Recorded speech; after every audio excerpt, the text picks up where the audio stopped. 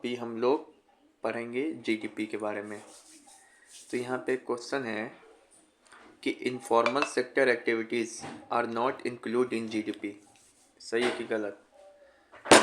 गलत है। Formal informal कोई भी हो, औपचारिक अनौपचारिक, वो सभी शामिल होता है, तो ये स्टेटमेंट गलत। Real GDP is calculated on the price of 2015-16 नहीं, 2011-12 के आधार पे जीडीपी कैलकुलेट होता है। Re export are include in GDP. देखो, री एक्सपोर्ट ऐसे तो सिर्फ एक्सपोर्ट लिखेगा तो वो जीडीपी में शामिल नहीं होगा, क्योंकि जो बाहर से आता है सामान तो भारत में नहीं बना है तो वो जीडीपी में शामिल नहीं होगा। लेकिन अगर कोई चीज़ री एक्सपोर्ट हो रहा है, मतलब कि पहले आया, फिर यहाँ पे भारत में कुछ उसमें खर्च हुआ, ठीक है ना, फिर वहाँ से गया, अब फिर वापस आ गया यहाँ पे, तो री एक्सपोर्ट ज़रूर शामिल होता है, ठीक है, लेकिन सिर्फ एक्सपोर्ट शामिल नहीं। तो आंसर 2-3, ठीक है, सॉरी, आंसर सिर्फ होगा 3। फिर यहाँ पे जीडीपी के बारे में कौन सा चीज़ सही है? It shows total production, total physical production. GDP भौतिक उत्पादनों को दर्शाता है, नहीं। जीडीपी क्या दर्शाता है? मॉनेटरी वैल्यू को, मॉनेटरी मौद्रिक मूल्य को दर्शाता है। भौतिक ये नहीं कि कितना टन ये हुआ उत्पादन, कितना टन गेहूँ उत्पादन हुआ, ये प्रोडक्शन हुआ, ये सब नहीं। ये ट्रिलियन में दिखाता है, मतलब मॉनेटरी वैल्यू दिखाता है। यह स्टॉक की अवधारणा है, तो ये सही है। पहला गलत। इसमें सभी वस्तु और सेवाएं शामिल होती है, सभी शामिल नहीं होती है। क्या होती है? फाइनल प्रोडक्ट शामिल होता है, फाइनल, तो ये गलत। इसमें निर्यात, एक्सपोर्ट शामिल होता है, बिल्कुल। यहाँ से जो एक्सपोर्ट करते हैं भारत से चीज़, वो शामिल होता है, लेकिन जो इम्पोर्ट वाला चीज़ होता है, इम्पोर्ट, वो शामिल नहीं होता है। तो मौद्रिक मूल्य है, ये स्टॉक अवधारणा है, नहीं, ये स्टॉक अवधारणा भी नहीं है। फाइनल प्रोडक्ट शामिल होता है सिर्फ, और निर्यात शामिल होता है। फिर जीडीपी की गणना करने के लिए घरेलू समुद्री सीमा क्या है? तो देखो, जीडीपी जो है, यहाँ तक हम लोग अपना इंटरनेशनल बाउंड्री मारते हैं, 200 नॉटिकल मील तक। फिर यहाँ पे सकल घरेलू उत्पाद की गणना में दोहरी गणना की समस्या से बचने के लिए क्या किया जाता है? अगर जीडीपी में 2 बार कैलकुलेट ना हो कोई चीज़ तो क्या किया जाता है? इसी कारण हम लोग फाइनल गुड्स को इंक्लूड करते हैं। वैल्यू एडेड जो मेथड है, कितना उस चीज़ पर वैल्यू एडिशन हो रहा है उसको भी देखते हैं, और जीबीए भी निकालते हैं। अलग अलग क्षेत्र के लिए जीबीए निकाला जाता है। तो 1 2 3 और 2047 तक विकसित भारत बनने के लिए भारत को कितनी एवरेज डेवलपमेंट विकास दर बनाए रखनी चाहिए? 8%। What is real national income? Real national income क्या है? तो जब नेशनल इनकम को एक्सप्रेस किया जाए कांस्टेंट प्राइस पे कि करेंट प्राइस पे, करेंट प्राइस पे नहीं, कांस्टेंट प्राइस पे, मतलब बेस ईयर पे जब नेशनल इनकम को हम लोग क्या करें, एक्सप्रेस करें, ठीक है, तो ये हो जाएगा। और ये किसका डेफिनेशन है? Change in the production of goods and services, तो ये जीडीपी ग्रोथ का डेफिनेशन है। Which of the following is not include in general methodology while assessing the national income? निम्नलिखित में से कौन राष्ट्रीय आय का आकलन करने वाली समान पद्धति में शामिल नहीं है? तो नेशनल इनकम में पेंशन शामिल नहीं है, और सब जो लिस्ट बना के दे रहे थे वो सब देख लो, तो ये सब शामिल है। In India the base year of new GDP series has been shifted from 2004-5 के अलावा अब क्या हो गया है? 2011-12 हो गया है base year. The national income of a country increase, किसी देश का नेशनल इनकम इंक्रीज होगा यदि एग्रीकल्चर प्रोडक्शन वहाँ पे इंक्रीज होगा। Who was the chairman of the National Income Committee appointed by the Government of India in 1949? 1949 में एक चेयरमैन राष्ट्रीय आय समिति बना था। राष्ट्रीय आय समिति जो बना था 1949 में, राष्ट्रीय आय समिति, तो उसका चेयरमैन कौन था? तो पीसी महालनोबिस, ठीक है। अब यहाँ पर जब per capita income in a country calculated है, तो पर कैपिटा इनकम कैसे निकालते हैं? तो ये पर कैपिटा निकालते हैं नेशनल प्रोडक्ट को जब डिवाइड कर दे टोटल पॉपुलेशन से। फिर से यहाँ पर है करेक्ट सीक्वेंस क्या है, डिसेंडिंग ऑर्डर में बताओ। तो सबसे पहले आएगा नेशनल इनकम, फिर आएगा पर्सनल इनकम, फिर आएगा प्राइवेट इनकम, फिर पर्सनल इनकम, सबसे लास्ट में personal disposable income. Net national income is not assessed by the following method. National income को किस मेथड से नहीं निकाला जाता है? तो एक्सपोर्ट इंपोर्ट मेथड कोई होता नहीं है, ये तीन वो मेथड्स हैं। उसमें भी अरे among the given option what can be included in national income। अब इसमें से नेशनल इनकम में क्या इंक्लूड कर सकते हैं? तो लॉटरी सब शामिल नहीं करते हैं, पॉकेट मनी शामिल नहीं करते हैं, हाउस होल्ड वाइफ का शामिल नहीं करते हैं, ये कंस्ट्रक्शन ऑफ न्यू हाउस ये शामिल कर सकते हैं। Which of the following is the best tool to compare the economic condition of two countries. दो कंट्री का इकोनॉमिक कंडीशन को कंपेयर करने के लिए बेस्ट टूल क्या है? The per capita income. फिर यहाँ पे जो है कि when the expenditure method was combined with the income and production method in calculating NI for the first time in India। ये जो है नेशनल इनकम को कैलकुलेट करने के लिए जो एक्सपेंडिचर मेथड और ये सब जो प्रोडक्शन मेथड है, इसको कैलकुलेटिंग करने के लिए पहली बार इसको शामिल कब किया गया नेशनल इनकम को कैलकुलेट करने के लिए? तो 1957 में। The difference between gross national product GNP and national product NNP is। तो बताओ, देखो GNP एक है ग्रॉस नेशनल प्रोडक्ट, एक है NNP। तो हम बताए थे ग्रॉस नेशनल पे जाने के लिए क्या करते हैं? Minus depreciation. बताए थे GD इक्वल टू N। तो क्या होगा? डेप्रिसिएशन। कन्वर्जन का फॉर्मूला बताए थे। फिर यहाँ पे अगर सब्सिडी ऐड कर देंगे नेशनल इनकम में मार्केट प्राइस पे और इनडायरेक्ट टैक्स सब्ट्रैक्ट कर देंगे तो अमाउंट किसके बराबर होगा? तो हम बताए थे जो मार्केट प्राइस होता है वो फैक्टर कॉस्ट से बड़ा होता है, इसमें टैक्स इंक्लूड करते हैं, सब्सिडी को माइनस करते हैं। तो पहला national income eight factor cost.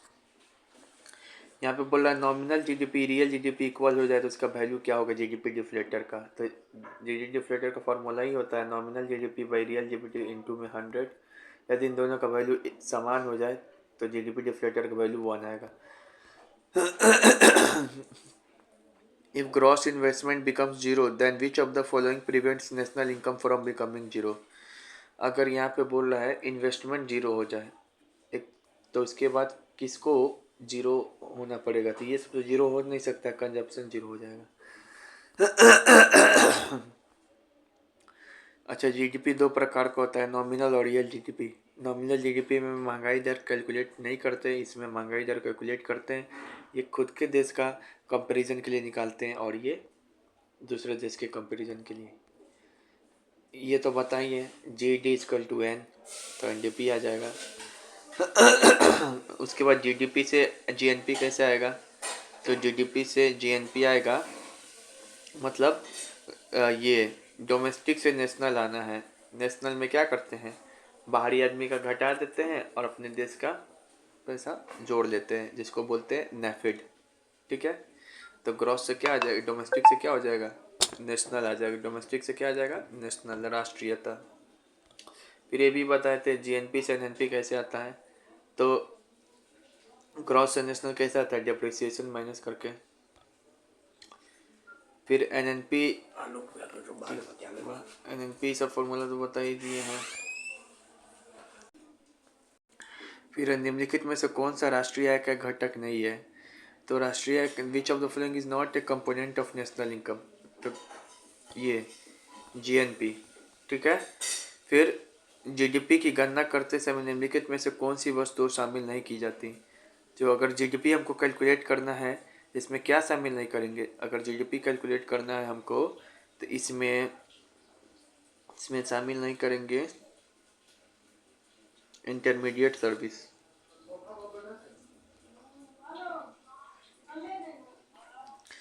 तो राष्ट्रीय का घटक कौन नहीं नेशनल इनकम का? Gross GNP। निम्नलिखित में से कौन सी आय राष्ट्रीय में शामिल नहीं होती? तो राष्ट्रीय में शामिल नहीं होती ट्रांसफर पेमेंट। देखो, वेजेस, इंटरेस्ट रेट, ये सब शामिल होता है। ट्रांसफ़र पेमेंट, भुगतान जो होता है स्थानांतरित, वो शामिल नहीं होती, क्योंकि आप किसी को पेमेंट अगर ट्रांसफ़र कर रहे हो तो इससे कोई चीज़ का उत्पादन नहीं होता, और जब उत्पादन नहीं होता तो उसको नेशनल इनकम में शामिल नहीं करते। एनएनपी की गणना कैसे की जाती है? तो एनएनपी की गणना की जाती है बताओ कैसे। एनएनपी की गणना की जाती है कि अगर हमको बता रहे हैं जीएनपी से, अगर एनएनपी आना है, जीएनपी से अगर एनपी आना है तो ग्रॉस से नेशनल आना है, तो इसमें से डिप्रिसिएशन को क्या करना पड़ेगा, माइनस, तो ये होगा सी। जीएनपी की गणना में निम्नलिखित में से किसे शामिल नहीं करनी चाहिए? तो सरकारों का हस्तांतरित भुगतान, मतलब जीएनपी मतलब वही जीडीपी बोले, या फिर ये वाला जो लिस्ट था नेशनल इनकम में क्या शामिल होता है क्या नहीं, तो ये शामिल नहीं होता है। जीडीपी में वही शामिल होगा जो जीएनपी में शामिल होगा, क्योंकि वन साइड ट्रांसफर से कोई भी उत्पादन नहीं होता, अर्थात सरकारी हस्तांतरण से कोई भी उत्पादन का काम नहीं चलता। अच्छा, सकल से सूद आना है, ग्रॉस से नेशनल, ये ग्रॉस से नेट पे आना है, तो क्या करते हैं, डिप्रिसिएशन को माइनस करते हैं। घरेलू और राष्ट्रीय आय के बीच का क्या अंतर है? घरेलू आय का मतलब क्या होता है, जीडीपी, और इसका मतलब क्या होता है, राष्ट्रीय आय का मतलब एनएनपी। एनएनपी, तो क्या करते हैं हम लोग इसमें, हम लोग इसके अंतर को क्या करते हैं, जी से एन पे आना है, ग्रॉस से नेट पे आना है, तो डिप्रिसिएशन को क्या करेंगे, माइनस मूलहरास को। फिर से डोमेस्टिक से नेट पे आना है, तो बताए थे ट्रिक, डोमेस्टिक से नेट पे आना है, डोमेस्टिक से नेट पे आना है, तो हम ये भी बताए थे कि ट्रिक डोमेस्टिक हो गया दो ना, ऐसे ट्रिक बताए थे दो ना, तो क्या बोले ना, डोमेस्टिक से नेशनल पे आना है, मतलब domestic plus NAFED equal to क्या हो जाएगा, नेशनल। तो तुमको नेशनल पे आना है तो इसमें क्या करना पड़ेगा,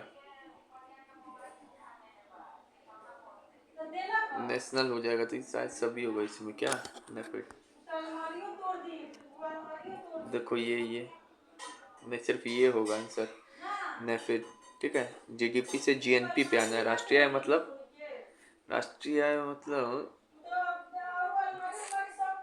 एनएनपी होता है, जीएनपी एक राष्ट्रीय आय किसको बोलते हैं, बता तो, रुको तो।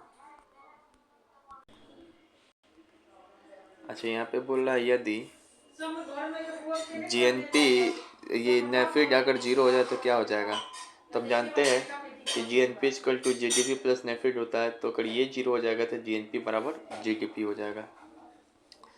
भारत में जीडीपी का सबसे बड़ा मापक कौन सा है? तो सबसे बड़ा जीडीपी का नापने का मेथड से ये प्रोडक्शन मेथड, ये सबसे बड़ा है। और एक बार बिहार ऐसे में पूछा था कि वय विधि का फॉर्मूला क्या होता है, तो यही C बराबर I plus G X minus M. फिर यहाँ पे पर कैपिटा इनकम को क्या बोला जाता है, तो average income.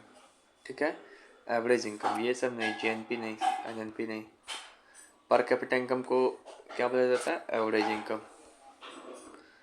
Per capita income को कैसे कैलकुलेट करते हैं, तो नेशनल इनकम बाय पॉपुलेशन। फिर नेशनल इनकम का फॉर्मूला क्या होता है, NNP eight factor cost. National income का फॉर्मूला क्या होता है, NNP eight factor cost, Bihar SI में भी पूछा था। ये सब किया, अब स्क्रीनशॉट।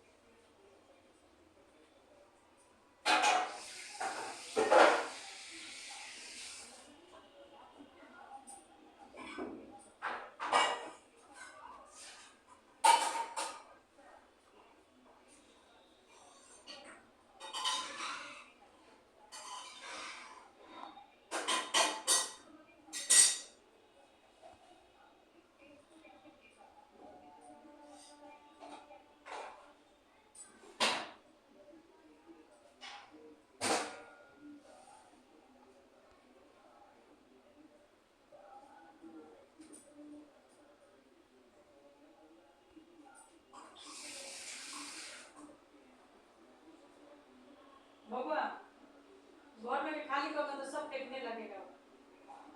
अब ये थोड़ी ना बंद। हाँ एगो लोग भी आवे। हाँ तब कर दें।